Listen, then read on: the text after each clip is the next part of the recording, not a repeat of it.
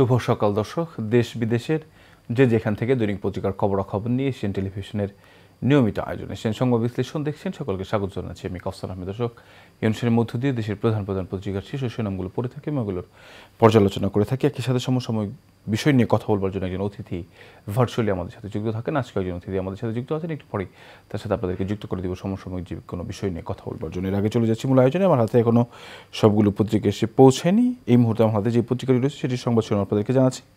বাকি সংবাদ শিরোনামগুলো হাতে আসার সাথে সাথে সেগুলো সংবাদ শিরোনাম আপনাদেরকে জানিয়ে দেবো। হাতে রয়েছে সময়ের আলো পত্রিকা। সময়ের আলো যেটিকে সংবাদ শিরোনাম করেছে, আমরা দেখি শুরুতে একটি বিশ্লেষণধর্মী সংবাদ তারা প্রকাশ করেছে মার্কিন যুক্তরাষ্ট্র নিয়ে। মার্কিন অর্থায়ন স্থগিতের জের থমকে গেছে সব কর্মসূচি। মার্কিন অর্থায়নে পরিচালিত এনজিও ও সংস্থায় শুরু হয়েছে গণছাঁটাই। মার্কিন অর্থায়নের দেশে চলমান 88 এনজিওর ভবিষ্যতে অনিশ্চয়তায়। ট্রাম্পের নির্বাহী আদেশে 90 দিনের জন্য স্থগিত হয় সহযোগিতা। উন্নয়নমূলক কাজেও বিঘ্ন ঘটবে চরমভাবে। মা ও শিশু স্বাস্থ্য সংক্রামক রোগ মোকাবেলায় কার্যক্রমে ছন্দপতন। দেশের প্রান্তিক জনগোষ্ঠীর শিক্ষা ও প্রশিক্ষণ কার্যক্রম বাধাগ্রস্ত হবে। আইসিডিডিআরবিতে একদিনে চাকরি গেল 1000 জনের। পরিবহন ও জ্বালানি খাতে কমবে বিনিয়োগ। অর্থনৈতিক প্রবৃদ্ধি বাধাগ্রস্ত হবে। বহুমাত্রিক ক্ষতি হবে বাংলাদেশের। দর্শক, আমরা জানি যে বাংলাদেশেও কিন্তু প্রায় 100টির কাছাকাছি অর্থাৎ 88টি এনজিও রয়েছে। সেগুলো সরাসরি যুক্তরাষ্ট্রের অর্থায়নে কিন্তু এই এনজিওগুলো চলে। আমরা দেখছি যে এই সব এনজিওগুলো যেগুলো রয়েছে সেটি কিন্তু যিনি মার্কিন প্রেসিডেন্ট দ্বিতীয়বারের মতো নির্বাচিত হয়েছে তিনি কিন্তু প্রথম দিনে 100টিরও বেশি নির্বাহী আদেশ জারি করেছেন। তার মধ্যে যেটি ছিল সেটি হচ্ছে সব ধরনের যে সহায়তা কার্যক্রম ছিল সেই সব সহায়তা কার্যক্রম কিন্তু তিনি বন্ধ করে দিয়েছেন। ফলে বাংলাদেশ সহ যেসব উন্নয়নশীল দেশ অথবা নিম্ন আয়ের দেশ যেগুলো রয়েছে সেগুলোতে যেসব এনজিওগুলো কাজ করছে এবং একই সাথে সেই দেশেও মার্কিন যুক্তরাষ্ট্র যেসব এনজিওগুলো রয়েছিল, এনজিওগুলোর সংস্থা রয়েছে, প্রধান কার্যালয় রয়েছে, সেই সব প্রধান কার্যালয়ের যে কর্মকর্তা কর্মচারীরা রয়েছেন তাদেরও কিন্তু চাকরি হারানোর যে সংখ্যা রয়েছে। ফলে সেই যে জায়গায় আমরা দেখছি যে মার্কিন অর্থায়নের স্থগিতের জের থমকে গেছে সব কর্মসূচি, সেটি কিন্তু আমরা দেখছি সেটি কিন্তু অনেকটাই স্থবির হয়ে পড়ছে। ফলে এটি মোকাবেলায় আসলে সরকার কী ধরনের পদক্ষেপ নেবে সেটি কিন্তু একটি দেখবার বিষয়। আমরা দেখছি ইতিমধ্যে বাংলাদেশেও প্রায় 1000 জনের চাকরির গেছে, আমরা এটিও কিন্তু দেখছি। দর্শকের পাশে আমরা আরেকটি সংবাদ দেখছি। কুমিল্লায় যৌথ বাহিনীর পরিচয়ে তুলে নেওয়া যুবদল নেতার মৃত্যু, শরীরে নির্যাতনের চিহ্ন। জুলাইয়ে কোটা বিরোধী আন্দোলন দমন, 4 টিভির সম্প্রচার বন্ধে চাপ দিয়েছিলেন আরাফাত। ওটা ছিল রাষ্ট্রীয় বিষয়। আমরা ছিলাম হুকুমের দাস। ডক্টর শাহজাহান মাহমুদ, সাবেক চেয়ারম্যান বিএসসিএল। একমাত্র চুক্তির ব্যত্যয় ঘটলেই কেবল সেবা বিচ্ছিন্নের বিধান রয়েছে, কিন্তু ওই 4 চ্যানেলের এমন কোনো ইস্যু ছিল না। শাহ আহমেদুল কবির, মহাব্যবস্থাপক, বিএসসিএল। এদিকে আমরা দেখছি লন্ডন থেকে 4 চিকিৎসক ফিরছেন আজ। এখনই দেশে ফিরছেন না খালেদা জিয়া। খালেদার সঙ্গে যেই বহর ছিল, যেই বহরে তার সফরসঙ্গী যারা ছিল এর মধ্যে 4 জন চিকিৎসক আজ দেশে ফিরছেন, কিন্তু খালেদা জিয়া কিন্তু ফিরছেন না। যদিও আমরা এর আগে শুনেছিলাম যে তিনি দেশে ফেরার জন্য উদ্গ্রীব হয়ে আছেন, কখন তিনি দেশে ফিরবেন সেটি নিয়ে চূড়ান্ত ফলো আপ বাকি। ঈদ পর্যন্ত মাকে কাছে রাখতে চান তারেক রহমান। সেনা অভ্যুত্থান নিয়ে আনন্দবাজারের সংবাদটি ভুয়া। ব্যবসায়ীদের দাবি পাত্তা দিচ্ছে না সরকার। ভ্রমণ 9 মাসের জন্য বন্ধ হচ্ছে শনিবার। জানুয়ারি মাসে ডেঙ্গুতে 10 জনের মৃত্যু, হাসপাতালে ভর্তি 1161 জন। সয়াবিন তেলের ব্যবসায়ীরা আরও বেপরোয়া, দাম বৃদ্ধির প্রস্তাবে সরকারে সায় না দেওয়ায় জিয়ে রেখেছে সংকট।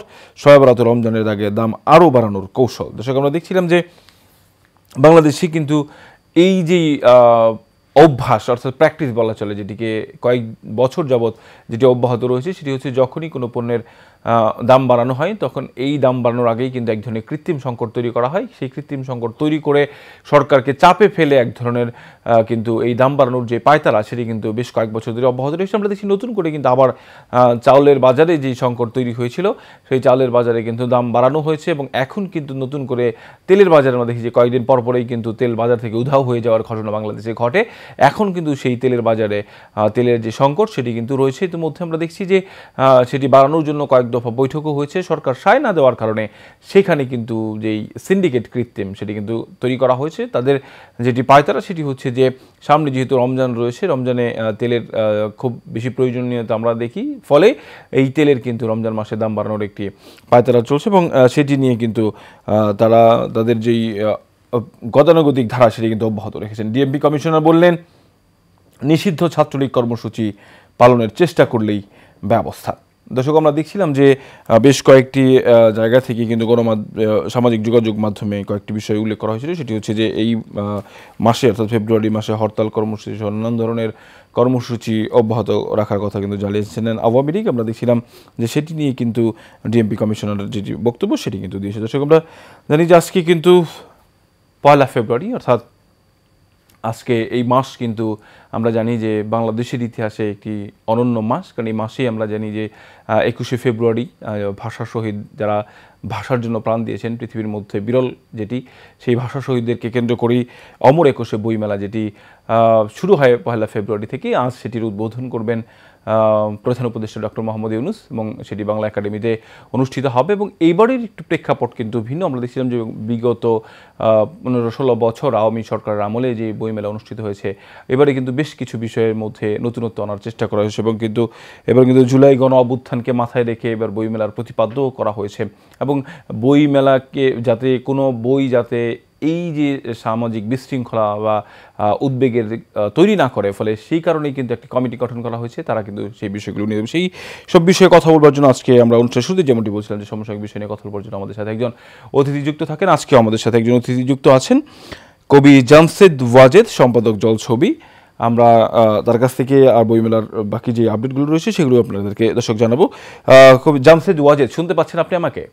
জি জি, শুনতে পাচ্ছি। আমরা জানি যে আজকেই কিন্তু সেই 1 ফেব্রুয়ারি, অর্থাৎ বিগত বছরগুলোতে আমরা দেখেছিলাম যে বইমেলার যে আনুষ্ঠানিকতা সেটি কিন্তু আমরা অনেক আগে থেকেই দেখি যে সেটি গণমাধ্যমে সহ নানানভাবে কিন্তু প্রকাশিত হয়, কিন্তু এবারে কিন্তু বইমেলার সেভাবে প্রচার প্রসার আমরা দেখিনি। ফলে এবারের বইমেলাটি আসলে ভিন্ন একটি প্রেক্ষাপটে হচ্ছে। তো এবারের বইমেলা কি আসলে যেভাবে আসলে বাংলাদেশে উদযাপিত হয় সেভাবে হবে কিনা, কি মনে হয় আপনার? আমার কাছে যেটা মনে হচ্ছে যে আসলে বইমেলা লেখক, পাঠক এবং একদম তৃণমূল থেকে উচ্চবিত্ত সবার কাছে কিন্তু গ্রহণযোগ্য একটি মাস ফেব্রুয়ারি। এই মাসেই কিন্তু শহীদদের স্মরণ উপলক্ষে আমরা অমর 21 গ্রন্থমেলাটি করি।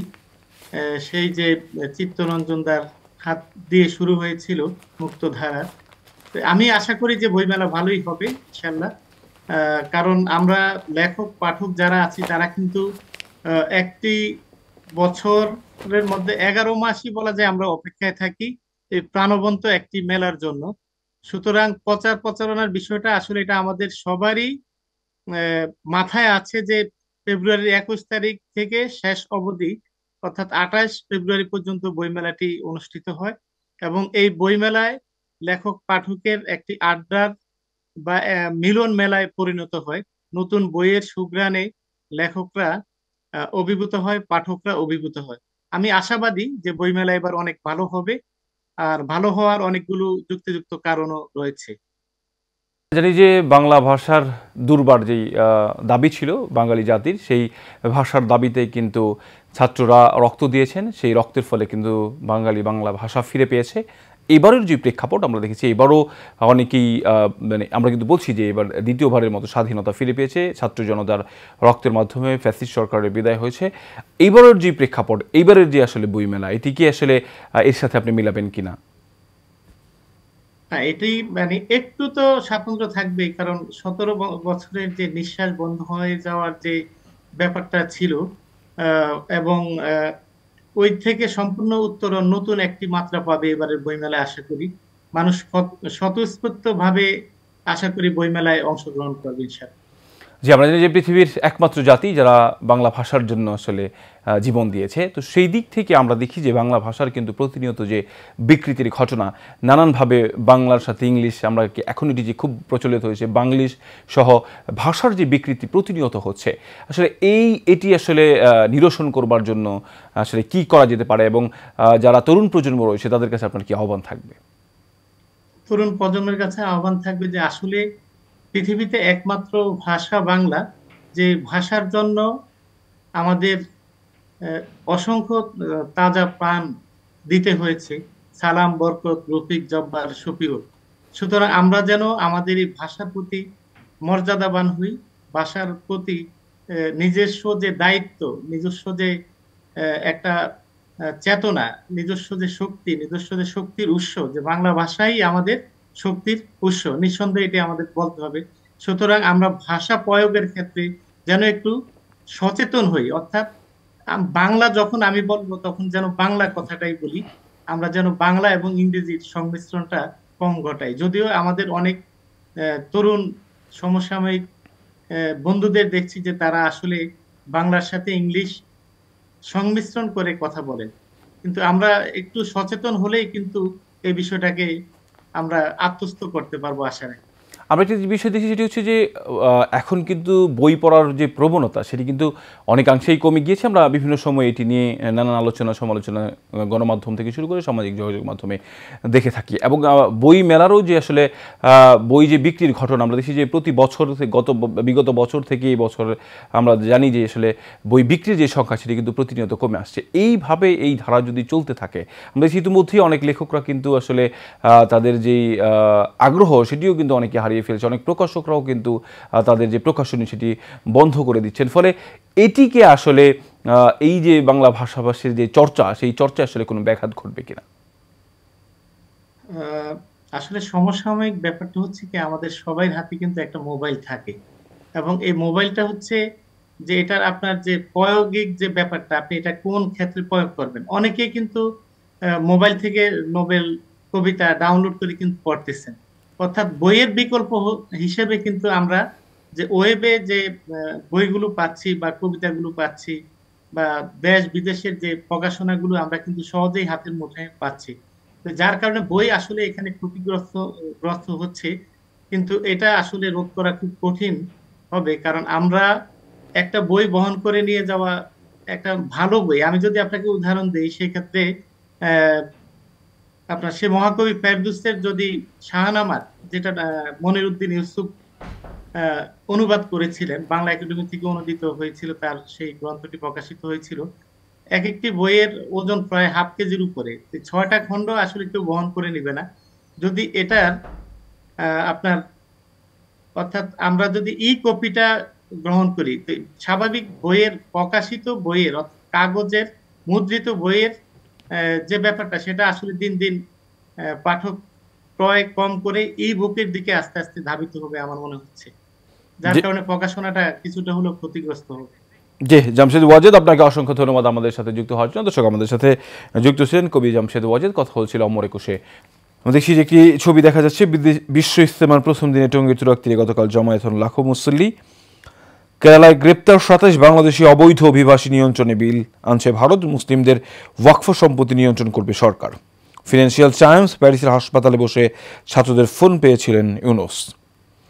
মৌরি সেচ প্রকল্পের 562 কোটি পানিতে অবকাঠামো থাকলেও স্কিমগুলো আকেজু, আবাদ করতে পারছেন না কৃষকরা। আওয়ামী লীগের নাশকতার চেষ্টা দমন করবে ডিএমপি। শীতের তীব্রতা কম থাকার নেপথ্যে যুবদল নেতাকে তুলে নিল যৌথ বাহিনী। পরদিন মিলল লাশ। ছুটির দিনে সড়কে ঝরল 14 প্রাণ। রয়েছে যুগান্তর। রাজুকের প্লট বরাদ্দে নৈরাজ্য, তালিকায় হাসিনার পিয়ন ড্রাইভার। স্বৈরাচারের 572 দোষর জামিনে মুক্ত। ফ্যাসিবাদ রক্ষায় শক্তি প্রয়োগকারীদের বিরুদ্ধে 225 মামলা। জুলাই ঘোষণাপত্র নিয়ে বিএনপির খসড়া। মুক্তিযুদ্ধ গণ অভ্যুত্থানের চেতনায় পথ চলবে। মরলে শহীদ হব, মাকে নাইমুরের শেষ কথা। লাশের স্তূপ থেকে ছেলেকে শনাক্ত। প্রথম পর্বের আখিরি মোনাজাত কাল। বিশ্ব ইজতেমায় লাখো মুসল্লির জুমা আদায়। রয়েছে ইত্তেফাক। ফিনান্সিয়াল টাইমসকে সাক্ষাৎকার। প্রধান উপদেষ্টা হওয়ার আগেই পরের ঘটনা জানালেন ডক্টর ইউনূস। জ্বালানি তেলের দাম বাড়ল। বিশ্ব ইজতেমায় প্রথম পর্ব শুরু। তুরাগ তীরে লাখো মুসল্লির জুমার নামাজ আদায়। ছাত্রদের নতুন দল, নেতৃত্বে থাকছেন নাহিদ। সদস্য সচিব পদে আলোচনায় 3 জন। ক্ষতিগ্রস্ত ব্যবসা প্রতিষ্ঠান পুনর্গঠনের নীতি সহায়তা কমিটি গঠন। ইচ্ছাকৃত খেলাপি চিহ্নিত করাই হবে বড় চ্যালেঞ্জ। 21শে বইমেলা আজ শুরু। রয়েছে বাংলাদেশ প্রতিদিন। কবে হবে নির্বাচন? সালাউদ্দিন আহমেদ, 5 আগস্টেই ভোট করা সম্ভব। মাহমুদুর রহমান মান্না, ইচ্ছা থাকলে এবছরই সম্ভব। হামিদুর রহমান আজাদ, সরকারকে প্রয়োজনীয় সময় দিতে হবে। সামান্তা শারমিন, ফ্যাসিবাদ কাঠামো সংস্কারের পর নির্বাচন। রণধীর জয়সওয়াল, সীমান্তে নিয়ে সব চুক্তির প্রতি সম্মান জানানো হবে। ব্রিটিশ গণমাধ্যমকে ডক্টর মোহাম্মদ ইউনূস, আমি বলেছিলাম এর সঙ্গে যুক্ত হতে চাই না। হাসিনার আমলে নিজেদের নাগরিক মনে হতো না, হাবিবুন নবী খান সোহেল। রাজনৈতিক সহিংসতা, জানুয়ারিতে নিহত 10, আহত 594। মুখ থুবড়ে পড়েছে শিল্প খাত। জানুয়ারির 31 দিনে ঢাকার বাতাস বিষাক্ত। সংসদ হবে সংবিধান সংস্কার। আজ থেকে বন্ধ সেন্ট মার্টিন ভ্রমণ। খরচের লাগাম টানবে সরকার। হাসপাতালে যুবদল নেতার লাশ। অবৈধ বিদেশিদের বিরুদ্ধে অভিযান শুরু আজ। জানাবো নয় দিগন্তের সংবাদ শিরোনাম। গণহত্যার বিচার চায় বিএনপি। আজ অমরক এসে বইমেলা উদ্বোধন করবেন প্রধান উপদেষ্টা। গাজায় যুদ্ধবিরতির পর ধ্বংসস্তূপ থেকে 354 লাশ উদ্ধার। কিভাবে কর্মসূচি বাস্তবায়ন করবে আওয়ামী লীগ? ভাষার লড়াইকে কেন্দ্র করে একটি স্বাধীন দেশের অবুদ্ধই ঘটে। এরপর নিচের দিকে জামদানি শিল্পকে এগিয়ে নিতে সরকার কাজ করছে। শেখ বশিরউদ্দিন। তাবলিগ বিশ্ব ইজতেমার প্রথম পর্ব শুরু। প্রতিদিন মুসলিমের মৃত্যু। সয়াবিন তেলের সংকট, কমেনি চালের দাম। রয়েছে জনকণ্ঠ। অপ্রয়োজনীয় প্রকল্প আর নয়, অর্থশাস্ত্রে সরকারের পরিকল্পনা। সব ধরনের জ্বালানি তেলে 1 টাকা দাম বাড়ল। বিশ্ব ইজতেমার প্রথম পর্ব শুরু। এদিকে স্বাস্থ্য খাতে বিগত সরকারের 28 প্রকল্পের একটিও বাস্তবায়ন হয়নি। নতুন করে অপারেশন প্ল্যান নেওয়া হচ্ছে স্বাস্থ্য অধিদপ্তর। অমর একুশে বইমেলা উদ্বোধন করবেন ডক্টর মোহাম্মদ ইউনূস। নির্বাচন আগে 31 দফার 5টি বাস্তবায়ন চায় বিএনপি। বাকি প্রস্তাবগুলো নির্বাচনের পর সংসদে আলোচনা করে বাস্তবায়ন। এই জন্য দ্রুত নির্বাচনের তারিখ ঘোষণার দাবি দলটির। রয়েছে প্রথম আলো। ভাষার মাসে ভাষা নিয়ে একুশের কাছে সংস্কৃতির ঋণ। রোজার পণ্যের বিপুল আমদানি। আমাদের বাধ্য করা হয়েছে এই জায়গায় আসতে। সাবিনা খাতুনের সাক্ষাৎকার। শীতলতম মাসে শীত কম। আহতদের বিদেশে চিকিৎসা আসছেন বিদেশি বিশেষজ্ঞ চিকিৎসকও। যুদ্ধবিরতির পর ধ্বংসস্তূপ থেকে 354 মরদেহ উদ্ধার। গাজা ইসরায়েলি আগ্রাসন। দর্শক, একেবারে শেষ যে পত্রিকাটি আমার হাতে রয়েছে English daily, the daily star. Daily স্টারের সংবাদ শিরোনাম জানাবো আপনাদেরকে। 8 mega project cost 7.5 billion more for graft delay. এর পাশে আমরা একটি ছবি দেখছি বইমেলার প্রস্তুতির। ADB provide up condition include banking sector reform, climate change mitigation action. First phase of Bisho Istemaa begin to debauches dance. Jubodal man dies in custody after JT forces picked him up. Tawhidul Islam. দর্শক, আমরা দেখছিলাম যে যুবদল নেতাকে যৌথ বাহিনীর পরিচয়ে তুলে নিয়ে গিয়ে পরের দিন তার লাশ আসলে ফিরে পেয়েছেন। আমরা দেখছি যে আসলে এই যে বিচার বহির্ভূত যেই হত্যাকাণ্ডগুলো, এই বিচার বহির্ভূত হত্যাকাণ্ডগুলো নিয়ে বিভিন্ন সময়ে কিন্তু বিভিন্নভাবেই বাংলাদেশে আন্দোলন হয়েছে, কিন্তু এই আসলে বিচার বহির্ভূত হত্যাকাণ্ড সেটি কিন্তু কোনোভাবেই বন্ধ হচ্ছে না। নিশ্চয়ই আসলে বিচার বহির্ভূত যত ধরনের হত্যাকাণ্ড আছে সব ধরনের এই হত্যাকাণ্ডের সর্বোচ্চ বিচার হওয়া দরকার এবং দৃষ্টান্তমূলক বিচার হলেই কিন্তু এই ধরনের ঘটনা থেকে যারা জড়িত রয়েছেন তারা কিন্তু বিরত থাকবেন। এই আশাবাদ ব্যক্ত রেখে শেষ করছি দৈনিক পত্রিকার খবরাখবর নিয়ে এশিয়ান টেলিভিশনের নিয়মিত আয়োজন এশিয়ান সংবাদ বিশ্লেষণ অনুষ্ঠান। আগামীকাল দেখা হবে একই জায়গায় একই অনুষ্ঠানে। তখন পর্যন্ত ভালো থাকবেন, সুস্থ থাকবেন। ধন্যবাদ সবাইকে।